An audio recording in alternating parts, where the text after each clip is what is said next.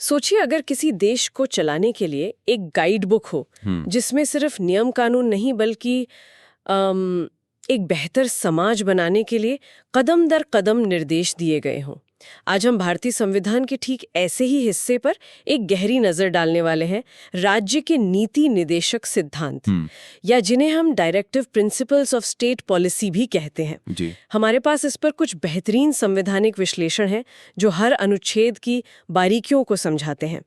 लेकिन आज हमारा मकसद सिर्फ ये जानना नहीं है कि ये सिद्धांत क्या है, हम ये पता लगाएंगे कि संविधान की ये आत्मा, जिसे आप अदालत में नहीं ले जा सकते, वो आखिर भारत को बदलने में कामयाब कैसे हुई।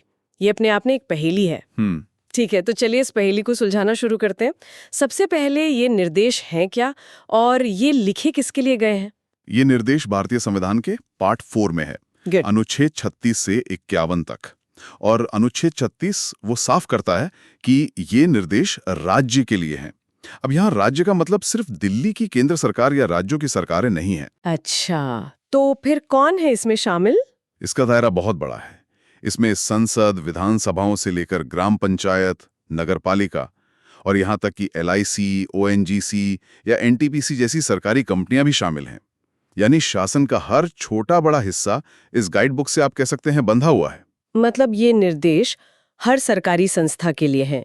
लेकिन यहीं पर मेरा सबसे बड़ा सवाल आता है, अगर कोई इनका पालन ना करे तो? अगर ये इतने जरूरी हैं, तो क्या इन्हें अदालत में लागू करवाया जा सकता है? यहीं पर कहानी का सबसे दिलचस्प मोड़ है। अनुच्छेद 37 कहता है कि यह सिद्धांत नॉन इन्फोर्सेबल है, यानी आप सरकार को कोर्ट में नहीं घसीट सकते कि उसने ये लागू क्यों नहीं किया। लेकिन एक मिनट, लेकिन? हाँ, लेकिन उसी सांस में अनुच्छेद 37 ये भी कहता है कि ये सिद्धांत देश के शासन में मूलभूत हैं, fundamental in the governance of the country, और कानून बनाते समय इन्हें लागू करना राज्य का कर्तव्य होगा, एक ड्यूटी। ये तो बड़ी अजीब बात है। मतलब एक तरफ आप कह रहे हैं कि ये कर्तव्य है, एक ड्यूटी है, और दूसरी तरफ कह रहे हैं कि इसे लागू नहीं करवा सकते। तो फिर इसका फायदा क्या है? ये तो एक नैतिक सलाह जैसी बात हो गई है ना? इसे समझने के लिए एक एनालॉजी इस्तेमाल करते हैं। सोचिए, मौलिक अधिकार मतलब फंडामेंटल राइट्स एक ब्रेक की तरह हैं। वे सरकार को कुछ गलत करने से रोकते हैं, जैसे किसी की बोलने की आजादी छीनना। ये नकारात्मक आदेश हैं। वहीं निदेशक सिद्धांत एक एक्सेलरेटर की तरह है। एक्सेलरेटर कैसे? जो सरकार को अच्छे काम करने के लिए आगे बढ़ाते हैं, जैसे सबको शिक्षा और स्वास्थ्य देना। ये सकारात्मक निर्देश हैं। तो एक रोकता है, दूसरा दौड़ाता है। ब्रेक और एक्सेलरेटर, ये बहुत अच्छा तरीका इसे समझने का है। लेकिन संविधान बनाने वालों ने एक्सेलरेटर को इतना कमजोर क्यों बनाया कि उसे कोर्ट में लागू ही नहीं किया जा सकता? ये उनकी दूरदर्शिता थी। देखिए, 1947 में जब भारत आजाद हुआ तो हमारे पास संसाधन बहुत सीमित थे। बिल्कुल। देश गरीब था। अगर इन सभी कल्याणकारी सिद्धांतों जैसे सबको काम, सबको शिक्षा, इन सबको कानूनी रूप से मतलब लीगली बाइंडिंग बना दिया जाता तो कोई भी सरकार इन्हें पूरा नहीं कर पाती, और फिर देश में एक संवैधानिक संकट खड़ा हो जाता। बिल्कुल। इस लचीलेपन ने सरकारों को अपनी क्षमता और प्राथमिकता के हिसाब से इन लक्ष्यों को धीरे धीरे एक एक करके हासिल करने का मौका दिया। ठीक है, तो ये एक तरह का रोड मैप था जिसे अपनी रफ्तार से पूरा करना था। तो अब जब हमें इस गाइड बुक के नियम पता चल गए हैं, तो इसका मुख्य मिशन क्या था? इसका पहला अध्याय किस बारे में है? इसका पहला अध्याय सामाजिक और आर्थिक लोकतंत्र की नींव रखने के बारे में है। इन्हें समाजवादी सिद्धांत कहा जाता है। अनुच्छेद 38 कहता है कि राज्य एक ऐसी सामाजिक व्यवस्था बनाएगा जिसमें सभी को सामाजिक, आर्थिक और राजनीतिक न्याय मिले। इसका असली लक्ष्य है आय, प्रतिष्ठा और अवसरों की जो असमानता है उसे कम करना। और मुझे लगता है अनुच्छेद 39 इसी बात को और भी ज्यादा विस्तार से बताता है। उसमें कुछ बहुत ही क्रांतिकारी विचार छिपे हैं, महत्वपूर्ण है। ये कहते हैं कि देश के जो भौतिक संसाधन हैं उनका बंटवारा इस तरह हो कि ज्यादा से ज्यादा लोगों का भला हो और धन और उत्पादन के साधन कुछ हाथों में केंद्रित न हो। एक मिनट, तो इसका मतलब संविधान बनाने वालों ने 70 साल पहले ही वेल्थ इनइक्वालिटी यानी धन की असमानता की समस्या को पहचान लिया था। ये सिर्फ एक आर्थिक निर्देश नहीं है, ये तो एक तरह का वैचारिक बयान है कि देश की संपत्ति कुछ चुनिंदा लोगों के लिए नहीं बल्कि सबके लिए है। आप एकदम सही समझ रही हैं। यही वो सिद्धांत थे जिनके आधार पर बाद में जमींदारी प्रथा को खत्म करने के लिए भूमि सुधार कानून बने और बैंकों का राष्ट्रीयकरण किया गया, ताकि पैसे का प्रवाह कुछ अमीर लोगों तक ही सीमित न रह जाए। लेकिन मैंने सुना है कि इसमें एक नया निर्देश भी बाद में जोड़ा गया था जो न्याय से जुड़ा है महसूस हुई। ये कहता है कि राज्य सुनिश्चित करे कि किसी भी नागरिक को गरीबी या किसी और वजह से न्याय पाने से वंचित ना रहना पड़े। इसी के तहत फ्री लीगल एड यानी मुफ्त कानूनी सहायता का विचार आया। और आज हमारे पास नालसा जैसी संस्थाएं हैं। जी बिल्कुल। ठीक है, तो ये समाजवादी सिद्धांत बड़े पैमाने पर आर्थिक न्याय की बात करते हैं, लेकिन भारत तो गांवों का देश है। क्या इस गाइड बुक में जमीनी स्तर के लिए, पंचायतों के लिए कोई निर्देश था? मुझे गांधी जी की याद आ रही है। और आपकी याद बिल्कुल सही जगह पहुंची है। निर्देशों का अगला सेट गांधीवादी सिद्धांतों से ही प्रेरित है। इनमें सबसे प्रमुख है अनुच्छेद 40, जो कहता है कि राज्य ग्राम पंचायतों को स्वशासन की इकाइयों के रूप में संगठित करेगा। लेकिन ये तो दशकों तक सिर्फ एक सपना ही रहा, है ना? हाँ बिल्कुल, लेकिन आखिरकार 1992 में 73वें संविधान संशोधन के जरिए पंचायती राज व्यवस्था को संवैधानिक दर्जा दिया गया। ये सबसे बेहतरीन उदाहरण है कि कैसे एक निदेशक सिद्धांत सही समय आने पर एक हकीकत में बदल गया। अच्छा, तो गांधीवादी निर्देश अनुच्छेद 42 जो काम करने की जगहों पर एक न्याय संगत और मानवीय माहौल बनाने की बात करता है, और महिलाओं के लिए प्रसूति सहायता यानी मैटरनिटी रिलीफ का प्रावधान करने को कहता है। अच्छा, तो आज जो मैटरनिटी बेनिफिट एक्ट है उसकी जड़ें इसी अनुच्छेद में हैं। हाँ, इसी तरह अनुच्छेद 47 लोगों के पोषण और जीवन स्तर को सुधारना राज्य का प्राथमिक कर्तव्य मानता है। और दिलचस्प बात यह है कि यही अनुच्छेद स्वास्थ्य के लिए हानिकारक नशीले पेय और पदार्थों पर प्रतिबंध लगाने की भी बात करता है। ओहो, तो जो कई राज्यों में शराबबंदी कानून है उनका संवैधानिक आधार यही आर्टिकल है। जी हाँ, एक यूनिफॉर्म सिविल कोड का जिक्र जो आज भी इतना बड़ा राजनीतिक मुद्दा है, और दूसरा शिक्षा का अधिकार जो पहले सिर्फ एक सपना था लेकिन बाद में हकीकत बन गया। चलिए इन दो कहानियों को थोड़ा और समझते हैं। जरूर। इन्हें उदार बौद्धिक सिद्धांत कहा जाता है। सबसे पहले बात करते हैं अनुच्छेद 44 की। ये कहता है कि राज्य पूरे देश में नागरिकों के लिए एक समान नागरिक संहिता यानी यूनिफॉर्म सिविल कोड लागू करने का प्रयास करेगा। प्रयास करेगा? हाँ, प्रयास। इसका लक्ष्य है विवाह, तलाक और विरासत जैसे व्यक्तिगत मामलों में सभी धर्मों के लिए एक जैसे कानून बनाना। लेकिन यहाँ प्रयास करेगा एक बहुत ही लचीला शब्द है। 75 साल हो गए और ये आज भी सिर्फ एक प्रयास ही है।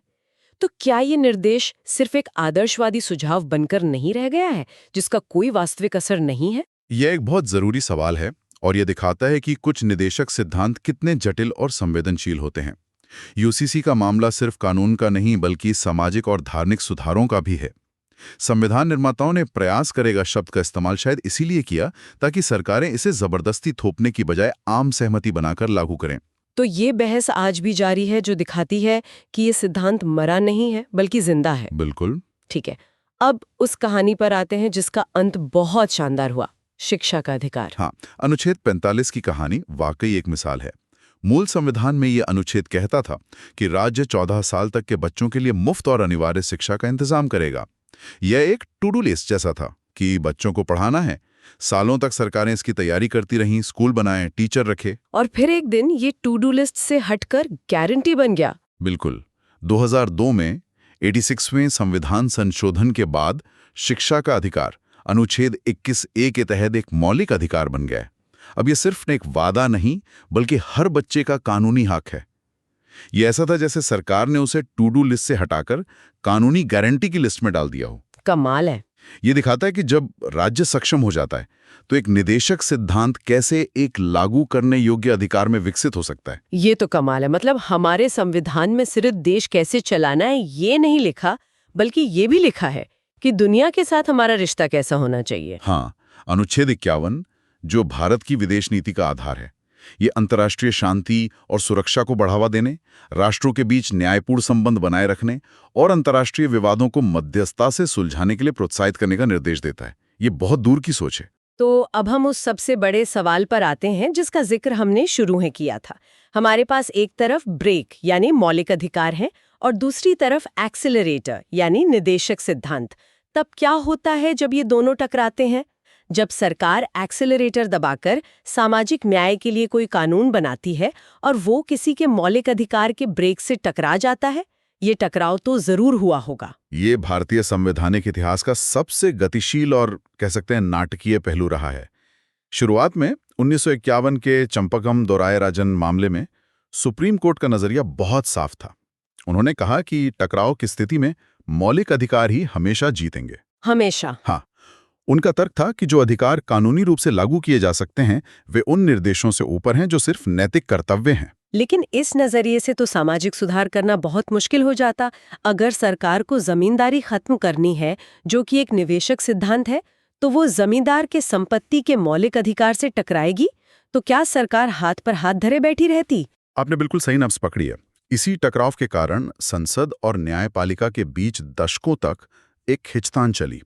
संसद ने कई बार संविधान में संशोधन करके निदेशक सिद्धांतों को लागू करने की कोशिश की और न्यायपालिका ने उन संशोधनों को मौलिक अधिकारों के उल्लंघन के आधार पर रद्द किया। ये एक लंबा संघर्ष था।